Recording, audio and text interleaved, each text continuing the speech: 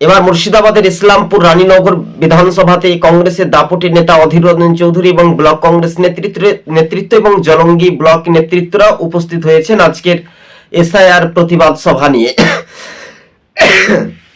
আপনাদেরকে কিছুটা টিপস আমরা তুলে ধরছি। 26-এর বিধানসভা ভোটে ফের কিন্তু সৌমিক হোসেনা হেরে যেতে পারে, কেননা রানীনগর বিধানসভা থেকে। কেননা 2021-এ এনআরসিসি এর ললিপপ দেখিয়ে তৃণমূল রাজ্যে ভোট করিয়েছিল, ভোটে জিতেছিল মুর্শিদাবাদে, আর সেটাই প্রভাব পড়বে না তৃণমূলের পক্ষে। অধীর চৌধুরীর হাত ধরে বহু ভোটার কিন্তু তারা কংগ্রেসে যোগ দিয়েছে, এমনটাই খবর।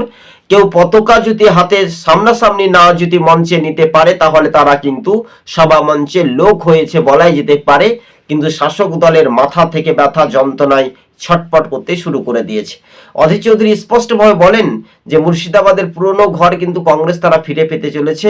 ফের কিন্তু 438 জনেরও বেশি ভোটার গোপনে কংগ্রেসের সঙ্গে যোগাযোগ রেখে যোগ দিয়েছে বলে সম্ভাবনা সূত্র মারফত খবর।